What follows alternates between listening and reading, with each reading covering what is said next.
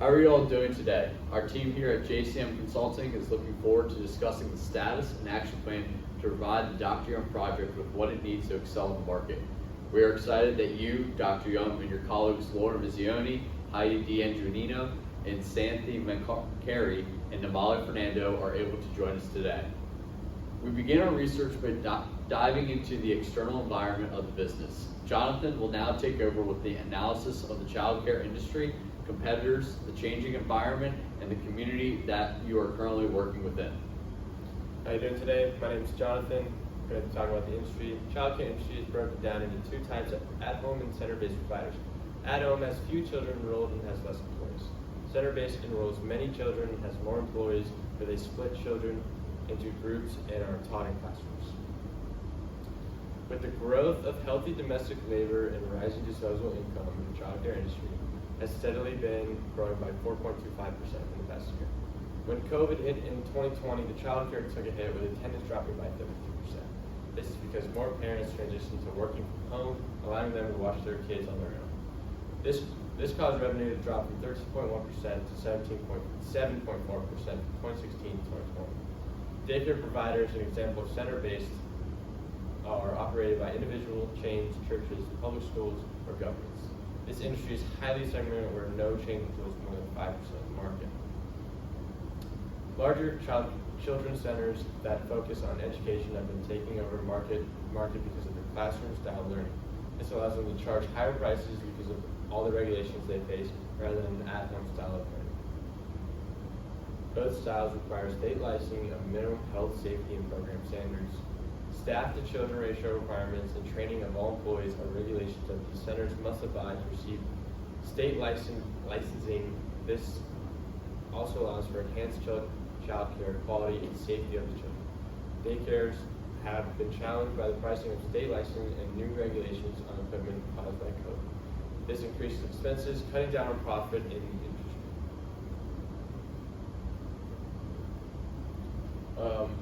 Now I'm going to be talking about the PW food services. Now you can look at your competitors as three groups: supplements, curriculum, and cooking club. Now Small Bites and Bright Bites are two supplement companies that provide a supplement to the industry, and then Leapwise of Education have the curriculum. And then there's also Chop Chop with the cooking club. But with your Dr. Young project, you provide all three to the industry, which gives you an advantage of that the market that you are reaching out to does not have to go to more than one company to get everything that they need. Next is our internal analysis of the Dr. Young project. Founded by Dr. Namali Fernando as a recipe site in 2011, but then evolved into a nonprofit organization in 2014 and started offering services such as at-home resources like recipes, both personalized and generic, as well as their Dr. Young's Baby Food Adventure, which is, as you know, a service where parents can come in and take a training to bring healthy eating into the household at an early age. The next involvement of the Dr. Young project was Dr. Young's Preschool Food Adventure, which in our eyes is the best involvement of the company so far. This brings the same ideology of Dr. Young's Baby Food Adventure into the classroom. So instead of teaching parents how healthy eating can be a plus at home, the Dr. Young project moved to teaching teachers on how to bring healthy eating habits into a curriculum taught in classroom. Next is engagement with pediatricians, where there are meetings both locally and nationally on an annual timescale that the Dr. Young project offers insight and collaboration with pediatricians. The values of the Dr. Young project are including cooking and nutrition education with compassion, prioritizing healthy eating, having fun exploring food, building community awareness and empowerment, social justice, and equal access to health, wellness, and nutrition. These values have been at the core of the Dr. Young Project through all of their endeavors. Most recently, they have kept those values through the improvement of the Dr. Young's preschool adventure. Some improvements include the switch from live training and one-by-one order filling of small orders to a pre-recorded training system. They also hired a preschool program manager and now use a vendor to print training certificates on a mass scale. This came when Head Start programs in the state of Alabama came to the Dr. Young Project and wanted to install the preschool adventure in 50 schools throughout the state. This increased the financials immensely with a 91% increase in income and a 77% increase in expenses. This shows that the expenses stay on the lower side, showing that the pricing of Dr. Young's preschool adventure is very advantageous to orders in bulk, and that they can also improve and evolve where needed while sticking to their values.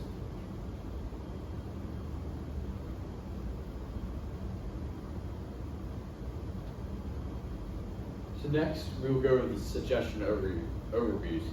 Through our external and internal analysis, we have developed 5 key suggestions for the Dr. Young Project to grow within the industry of child care food services. So here we have it. The first being a strategy where we combine the packages, with combining the standard, deluxe, and professional packages to then be redistributed into groups of one being a training package that will allow clients to retrain their skills, as well as new clients to be certified within the Dr. Young Project. The second redistribution package would be that of a supplies package, making it easier for previously trained clients to purchase additional supplies and allow new clients to purchase the supplies package as many times needed without having to purchase additional training. Our second suggestion to the Dr. Young Project is the development of a structure to ensure accountability of standards and mission of the Dr. Young Project. We believe that the Dr. Young Project can utilize the hiring of regional directors to monitor the clients in the classroom and ensure that the Dr. Young Project is helping families and communities overcome barriers to eating well. Our third suggestion is the partnership with Head Start programs. Head Start is a federally organized and funded project that provides opportunity for early child care in low-income families to combat poverty and teach youth ages 0 to 5 the cognitive, social, and emotional development skills needed going into grade school. We believe that with the previous success in selling to 50 Alabama Head Start programs, the Dr. Young Project can develop a continuous stream of large at-scale orders. The fourth suggestion is the partnership with the National Football League's Play 60 campaign. With the NFL being the most popular sport in the United States at 37%, the NFL has developed a youth wellness and healthy activity campaign, challenging youth to reach a minimum of 60 minutes of physical activity a day. With a partnership with a company like the NFL and a campaign well known like Play 60, the Dr. Young Project will be able to receive beneficial marketing, reach more consumers, and connect within schools and programs that currently follow the Play 60 campaign. Our fifth and final suggestion is the creation of a bulk order discount. With the success of the Dr. Young Project reaching into county and state legislatures, bulk orders from large organizations will experience discounted rates at 10% for orders more than 25 packages. So our first action item is redoing the packages. So if everybody could please pull out your phone and scan the QR code. The QR code will take you to a Google Doc of the redone kits or packages. So while everybody's finishing pulling up the Google Doc, I'm going to start breaking it down. So the first kit in the Google Doc is the materials kit. It's going to cost $1,200 per year per classroom. The reason we did that is so that it's easier for an organization or a school or a company, whoever's trying to purchase it, can purchase it per classroom, which is super beneficial. If you'll notice in the package, a lot of it has 18 items in it. This is for a classroom size of 12 to 15 students. Give it a couple extra items because they're preschoolers and they're going to break things, forget things. Another thing to note about that is there's no trainings within the packages. This is so schools can buy extra kits if needed, if they need to create an extra classroom, and without buying extra trainings. Moving on to the training kit, there are all the trainings for yearly and twice a year trainings. Biannual. So the training will cost $840 for every 2 years.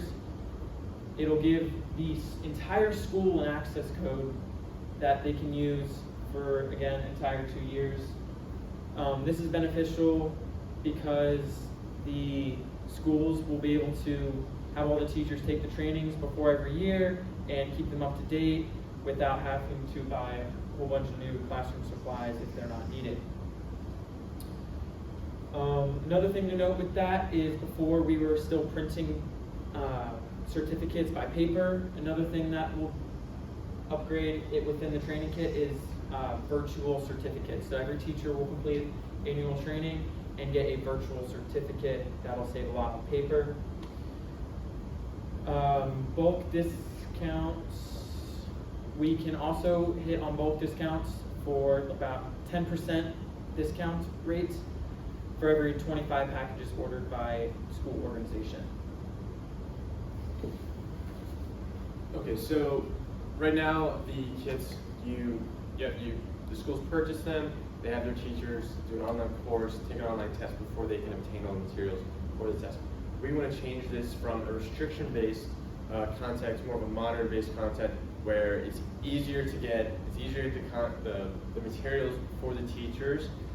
This is going to make it easier for customers to kind of, they're not going to have to go through a bunch to get all this. So we're trying to attract customers that way of the easy access to the content.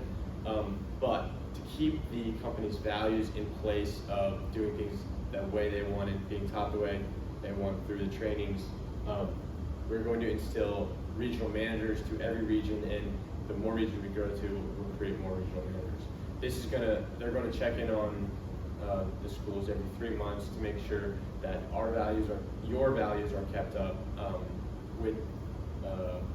through the schools and through the content that's being delivered to the children. This also will provide us continuous feedback on your product, and will just continue to put you above the market.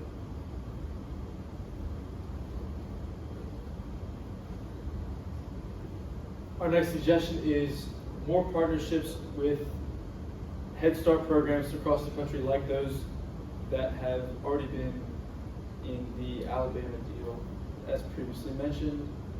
This reaches a national audience with the help of state and federal organizations, the U.S. Department of Health and Human Services, whose values coincide with the Dr. Young projects.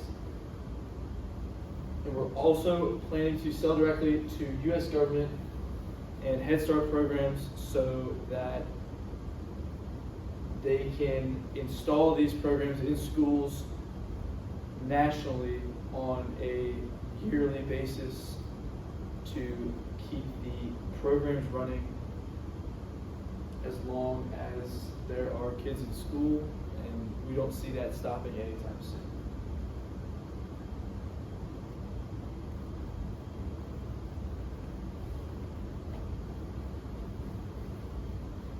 Our last element in the action plan is the partnership with NFL's Play 60. With a partnership with the NFL Play 60, the Dr. Young Project will be able to receive beneficial marketing, reach more consumers, and connect within schools and programs that currently follow the Play 60 campaign. As that concludes our presentation, we would like to ask you, the audience, if you guys have any questions.